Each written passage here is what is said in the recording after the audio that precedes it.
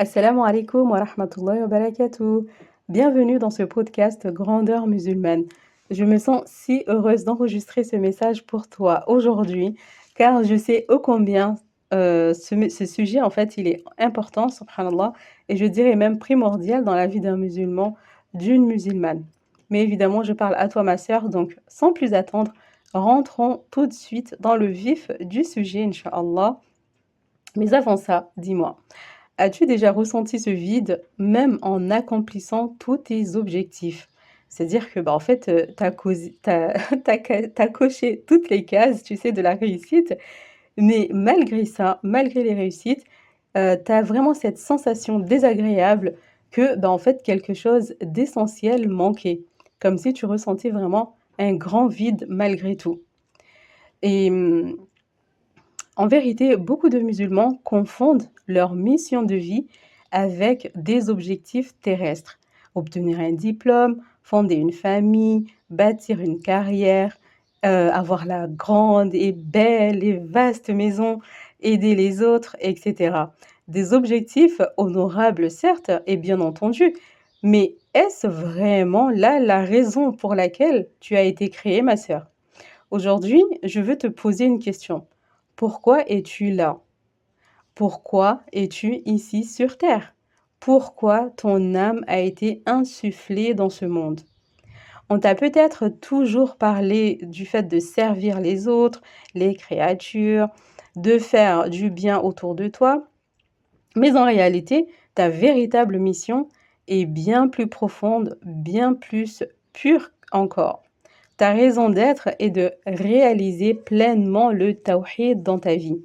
Et le tawhid, de manière vraiment très brève, mais vraiment de manière très condensée, c'est le fait, en gros, de reconnaître Allah Azza wa Jal dans sa seigneurie, dans ses noms et attributs parfaits, d'aimer Allah Azza wa Jal, d'adorer Allah seul, sans rien lui associer dans quoi que ce soit, ni avec qui que ce soit. Et certains savants parlent même du tawhid du suivi, c'est-à-dire le fait de suivre le messager d'Allah sallallahu alayhi wa sallam dans sa méthodologie selon la compréhension des pieux prédécesseurs. Donc, si tu es prête, ma sœur, dans cet épisode, on va découvrir ensemble tout simplement pourquoi ta raison d'être ne peut pas être confondue avec tes objectifs humains, comment tes objectifs peuvent devenir un moyen et non plus une fin pour vivre ta mission, et enfin, des clés concrètes qui sont évidemment pas, on va dire, les seules clés, mais on va dire ce sont des exemples de clés concrètes pour te reconnecter à cette mission-là. Et en gros, c'est là où tout commence, bi'idhnillah. Donc, beaucoup pensent que leur raison d'être se résume à réussir leur vie. Oh mon Dieu, combien on nous a bassinés avec ça. Le fait de réussir sa vie, décrocher un métier, être une bonne épouse, une mère exemplaire, une personne utile à la société, etc. Ces objectifs, sont beaux et importants, mais ils ne sont pas ta mission. La différence entre ta mission et les objectifs, c'est qu'en fait, ta mission ne dépend pas des autres, ni des circonstances. Elle est la même pour toutes les âmes, dans toutes les époques, dans toutes les situations. Elle ne change pas avec les modes, ni avec les épreuves, ni les époques, etc. D'ailleurs, Allah Azza wa Jal, il a dit dans le Coran, dans ce sens, je n'ai créé les djinns et les hommes que pour qu'ils m'adorent. C'est là le cœur de ta mission, accomplir le tawhid, vivre l'unicité d'Allah Azza wa Jal dans ton cœur, tes paroles et tes actes. C'est le reconnaître comme le seul digne d'adoration, comme la source de ton existence et la finalité de tous tes efforts. Pourtant, beaucoup se laissent détourner sans s'en rendre compte. On croit qu'en multipliant les actions visibles, en répondant aux attentes des autres, on accomplit notre raison d'être. Alors, on court, on s'épuise, on s'agite à remplir des cases sociales, à plaire aux créatures jusqu'à s'oublier soi-même. Mais ton cœur, lui, sait Ton âme sait que si tes objectifs ne te rapprochent pas d'Allah Azza wa Jal, ils perdent tout leur sens. Ils deviennent creux. Ce n'est pas ton mariage, ma sœur, ni ton métier, ni tes enfants qui donnent un sens à ta vie. D'ailleurs, que se passe-t-il quand l'un des choses se brise tout simplement ou finit par disparaître? Donc, c'est la manière dont tu utilises ces moyens pour vivre ta mission. Ces choses sont des outils, des moyens de manifester la grandeur d'Allah Azza wa Jal dans tout ce que tu fais. Alors, pour clarifier ta mission, demande-toi à chaque décision, est-ce que cela renforce ma connexion à Allah Azza wa Jal ou m'en éloigne? Souviens-toi que tout ce qui te détourne du tawhid, même si cela semble bien, est une distraction. Cherche la paix non pas dans la validation des autres, mais dans la satisfaction d'Allah Azza wa Jal.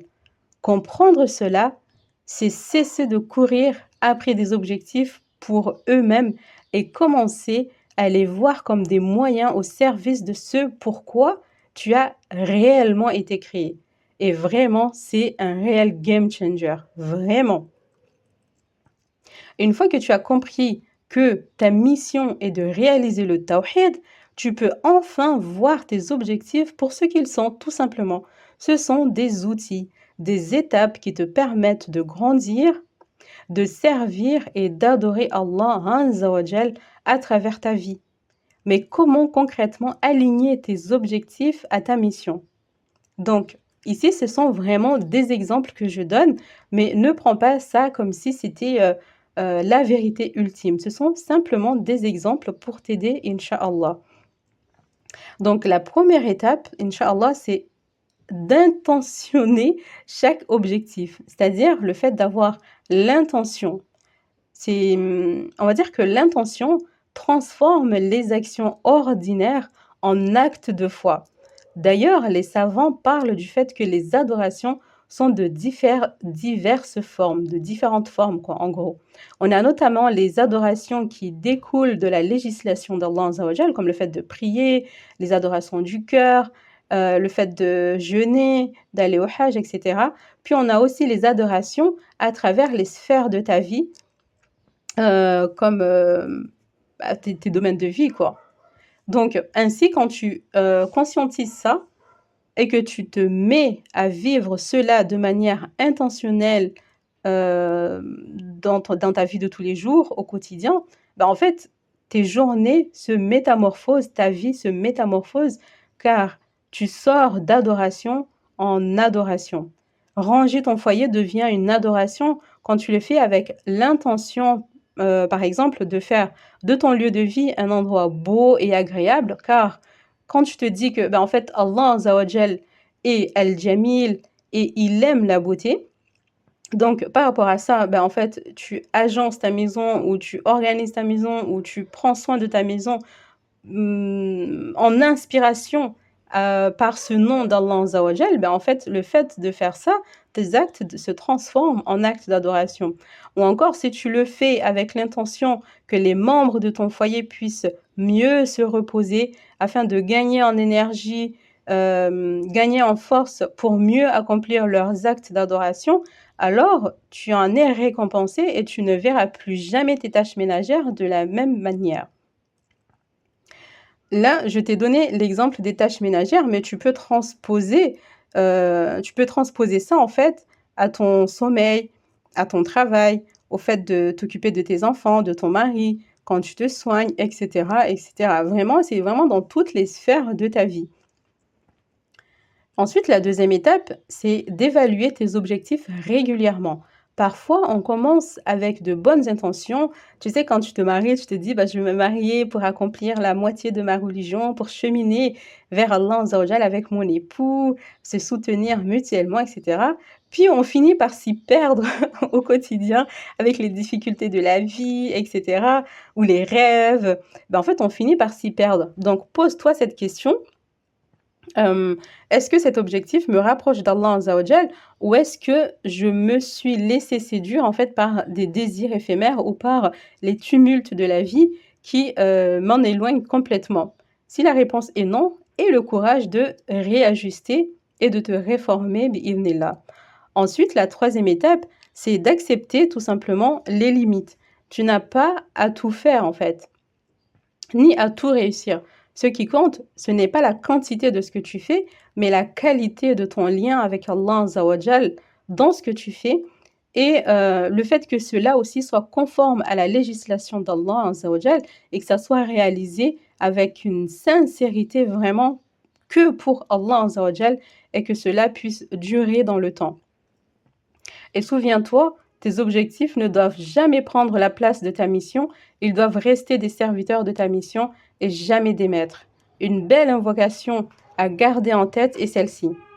Ô Allah, aide-moi à t'évoquer, à te remercier et à t'adorer de la meilleure façon. En arabe, ça donne... alors attends que j'ai oublié, subhanallah. Allahumma a'inni ala dhikrika wa shukrika wa husni ibadatik. Donc c'est juste un exemple de doigt, mais il y en a d'autres. Mais tu peux faire de cette invocation une aide pour ne pas perdre de vue ta raison d'être, même au milieu des projets les plus ambitieux. Rappelle-toi, ma sœur, enfin, que la sérénité ne viendra pas du fait d'avoir tout accompli, mais du fait d'avoir vécu chaque objectif comme une manifestation de ton amour et de ton adoration pour Allah Azza wa Jal.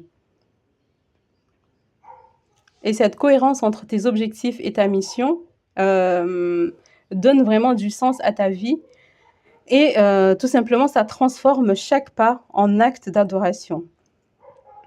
Donc pour résumer, aujourd'hui tu sais que ta mission de vie n'a jamais été de courir après des titres, ni des possessions ou des regards d'approbation pour que les autres t'aiment ou t'acceptent, etc.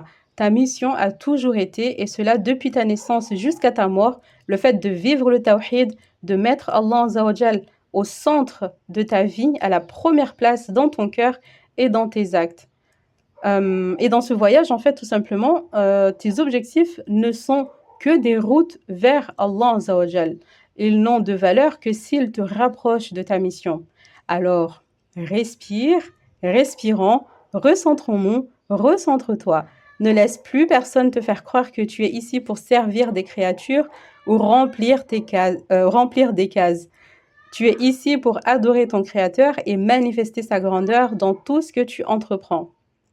Et souviens-toi, ma sœur, même les petites choses faites avec sincérité, en conformité avec le Coran et la Sunna, sont précieux aux yeux d'Allah. Mon fils vient d'arriver, donc je te laisse, mais commence aujourd'hui, choisis un objectif, donne-lui une intention pure et fais-en un pas vers celui pour qui tu vis. Si ce podcast t'a aidé à voir beaucoup plus clair dans ta mission de vie, abonne-toi et partage-le avec une sœur qui en a besoin. Et souviens-toi, ma sœur, et souviens-toi toujours, en fait, en gros, ta valeur ne dépend que de ta proximité avec Allah Azza wa Jal. Barakallahu fiki de m'avoir écouté jusqu'ici. Wa jazakillahu khairan. Assalamu alaikum wa rahmatullah.